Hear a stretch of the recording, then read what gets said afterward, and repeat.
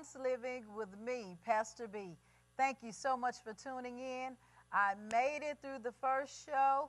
That was actually part 2.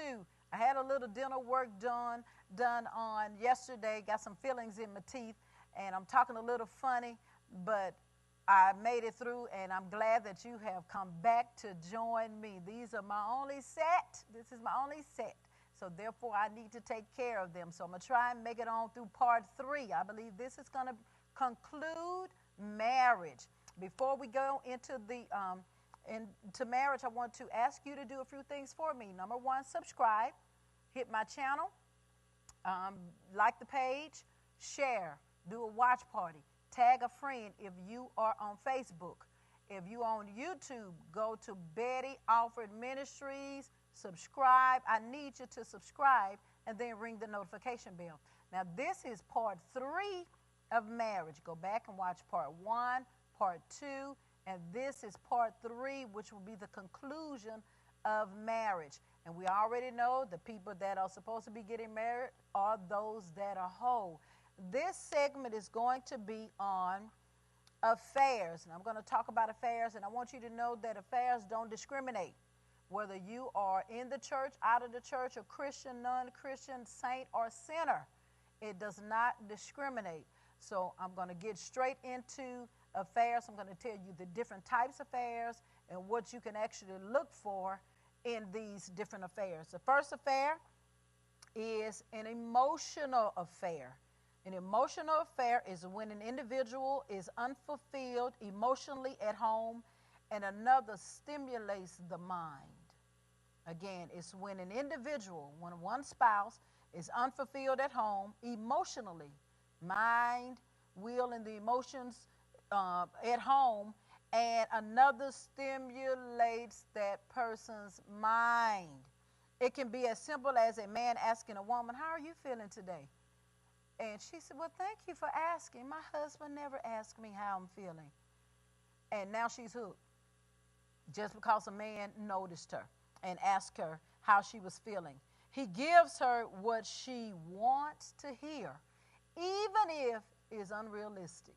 Because a man really knows that probably that's what she wanted to hear. So he just give her exactly what she want to hear because she's a needy person. Insecure people fall into this category. Okay? Other signs of an emotional affair. Most insecure people are in, hold on one second. Me and this tablet, we ain't going to get along. Most insecure people fall into this type of affair because they are needy and live for the praises of others. So whether a male or a female, if a person come along and praise them and tell them how good they look, then that's the beginning of an emotional affair. Men express emotions in areas they feel safe. That's how Samson got tricked. Men express emotions in areas where they feel safe. Samson felt safe with Delilah. So he opened up and he started telling her everything. And he told her too much. And he got comfortable lying in her lap. And that's how she got tricked. Because men express emotions in spaces where they're safe. Men also express emotions in places they are comfortable.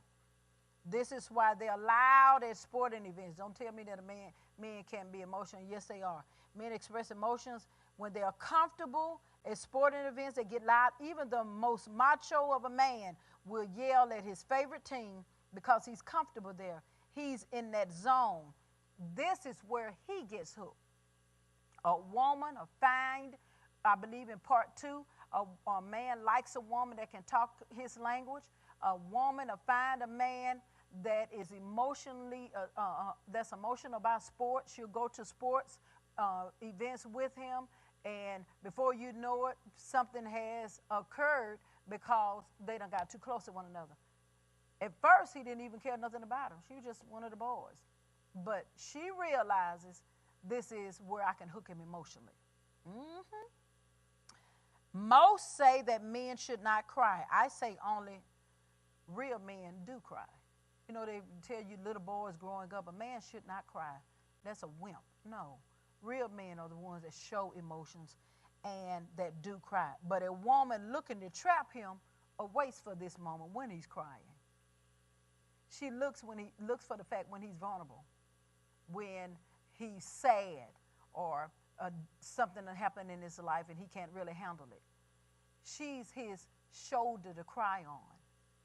And then that's when the emotional affair begins, because she was there for him when no one else was. He couldn't talk to nobody else, couldn't talk to his spouse, so she was there for him. And it could be vice versa. He was there for her.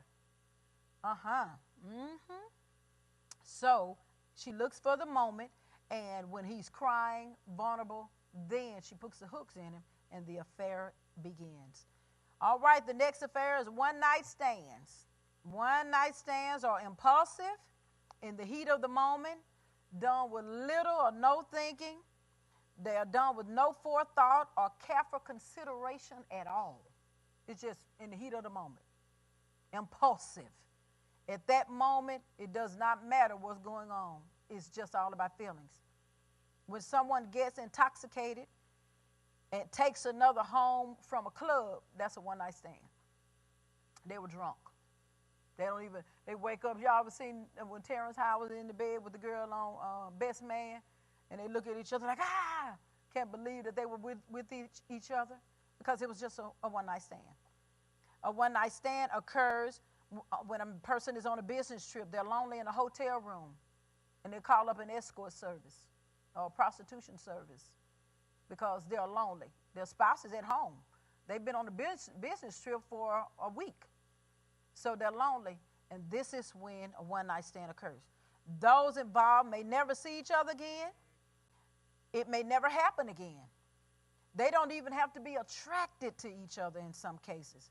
It's done out of convenience, just to satisfy the urge at that moment.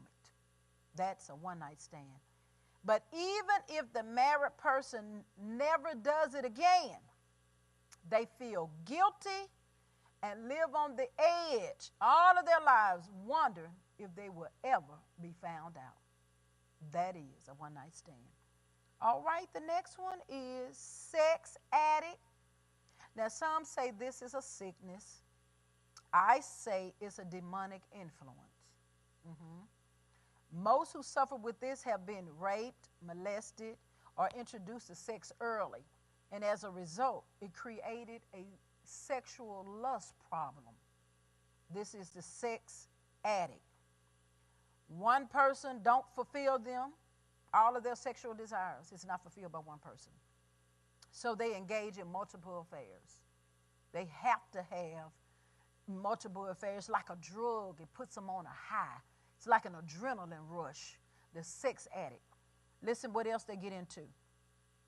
They are into pornography, cyber sex, strip clubs, prostitution, masturbation, and orgies. It's very aggressive in nature. So it just goes from one aggression to the next. They just keep piling on. The person don't even know that they are out of control. They don't even know it. It's an addiction, just like a smoking addiction, an alcohol addiction, or an alcoholic. It's an addiction. It's a sex addict. So it just progressions from one extreme to the other, and they don't even know that they're out of control. Revenge affair. Ooh-wee. Let me take a little tea. Sip my tea. See my ring for marriage? Revenge affair. It's just what it says. It means the individual wants to get even. Many narcissists or self-inflated ego people use this affair to keep an upper hand on their spouse, to make them feel inferior, and to devastate them emotionally. Then they manipulate them. That's their whole aim, is to break them down emotionally, because they want to be in control. They not only want revenge in this affair, they want to break the person's spirit. The Bible says, a merry heart does good like a medicine. That means it's therapeutic. To be happy and joyous is therapeutic. The person that's seeking revenge don't want their spouse to be happy. They'll even go as far as to say, you'll never be happy with somebody else other than me. It's therapeutic. But the broken bone, a merry heart does good like medicine, but a broken spirit dries like the bones. It saps the energy. That's what a revenge affair does, saps the strength of another. This spouse is selfish and childish. Their attitude is, you did it first, so I'm going to do it. Childish. Just know two wrongs don't make a right. The whole point of this affair is to get back at the other person for having an affair first, or to get back at something that the spouse did, and this is what's called the revenge affair. Online affair. Let's go here. Online affair. They justify it because it's not physical. They'll tell them, well, I'm not sleeping with them. Let's just see if you're not. Now, they're just talking about physical. Instead of a hotel room, they use a chat room. They use FaceTime and webcams to show body parts. First of all, that's crazy because somebody's going to find those pictures. They do sexting and phone sex when the spouse goes to sleep. The other spouse in the room, they're in the living room. This spouse entertains too many phone calls that lead to other things. Because if you're on the phone with somebody all the time, late at night, 2, 3 in the morning, what you talking about if they're not your spouse? Mm-hmm. This spouse entertains, I said that, this affair is all about the fantasy, what could be. They're talking to somebody else through FaceTime and wondering what it could be like to really be with them. This is the online affair. Now let's go to the exit affair. Exit affair. When one spouse is planning and ready to move on. This is when you have the exit affair. This spouse has already been out the door for some time. And they've been distanced and have been building up over time tension and resentment towards the spouse. This spouse feels they married the wrong person, and they are ready to get back out there, test the water so that they can find the right one, find Miss Right or Mr. Right. They create problems. They stir up anger. It's all a part of the exit strategy. It can be something simple. The man can leave the toilet seat up. I'm just sick of you leaving that toilet seat up. Take the leader cap off the toothpaste, women. And I'm just sick of you leaving the top off the toothpaste. Because they got to find a reason to be upset with you so that they can exit. They want to get out of it anyway. This is the exit affair. So they start fights, they blame, just to make them feel good about the affair that they're already having. They're in an affair, but they come home and they argue with you to make them feel good. It's all part of the strategy. They don't want you, and you shouldn't want them. I told you weeks ago, if somebody don't want you, you shouldn't want them. Bonus affair. Let's get to the bonus affair. The bonus affair is all financial fulfillment. It's all about financial gain, fulfilling the other person. It's when a woman uses her sugar daddy for financial gain, such as to pay her bills, to use him for money to go shopping, use his credit cards, not really realizing she's become a prostitute. Why do you say that? Because anytime a man gives you money or anything in exchange for sexual favors, you become a private prostitute. So think about that, girls. This affair is when one spouse hides items and can't explain where they come from. It's when ladies went shopping and she put all her clothes up under the bed or way back in the back of the closet because the other person that she's in an affair with bought the clothes. So she got to hide them. Or when the man had something, he put it in his glove compartment that the one he's having an affair with about, he don't bring it in the house. He's smart. Leave it in the trunk. Because it's all about financial fulfillment. This affair is when one spouse, I've said that when a married couple, a married cougar, which is an older lady, takes care of a younger man. She's married, and she's a cougar, older lady, but she like them little young tender things. So she get her little young boy to fulfill her sexual needs. Her man done got too old for her, so she gets a little young boy. It's when a married male or female scouts out a wealthy or well-established individual by first seducing them, but they are only interested in that person's assets or that person's influence. They will engage in this affair long enough just to get it.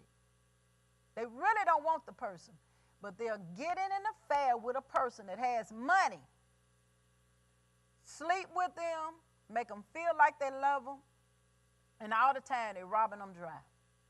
They're stealing from their bank account because they'll get in an affair, but they really just want what that individual has. The Bible has a saying for this if you're a woman. It says, silly women, laden with sin.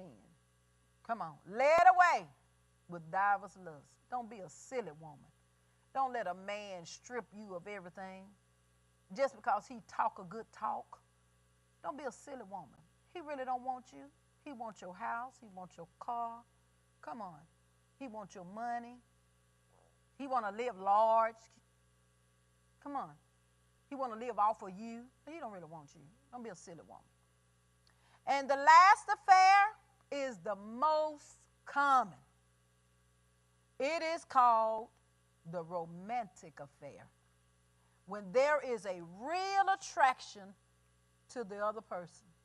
This person is in affair, and now they have gotten a real attraction to this individual, where they end up falling in love with them, and they can't stop it now because their heart done got in it. They're married, they go home, but they're in an affair, and they're really attracted to the other person. And they've developed feelings. They've fallen in love with them. And it's hard for them to quit because now the heart is in it. This affair starts when the spouse feels deprived and lack basic needs. Men fall into this when their wives say they got a headache too many times or they're too tired. Men ain't going to keep putting up with that, girls. There will be somebody that don't have a headache. So a man falls in it when a woman keeps telling him, I'm tired. Not tonight. A woman falls into this when their husband is too busy with work. He's on all business trips all the time. He's never home. She falls into that because she feels lonely. It occurs when a spouse is not satisfied even when there is intimacy. They're intimate with one another, but the spouse is not being fulfilled. They're not being satisfied. So another person fulfills that area in their lives. It occurs when one spouse picks up the other, that the other person wants to only be intimate with them out of duty. Say it like that. This kind of affair occurs when either the woman or the man is only being intimate with their spouse out of duty. Well, I'm your wife, I might as well. No, you got to want to. Not just because you married and it's your duty as a wife. No, you got to want to. A man don't want nobody that don't want them. Just like a woman don't want no one that wants them. Ooh.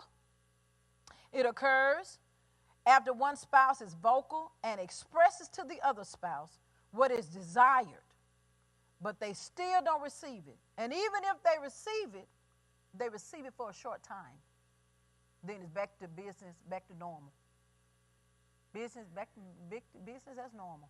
The one spouse tells you, I need this. I really desire this. They're being open with you, being honest with you, letting you know this fulfills me, this satisfies me.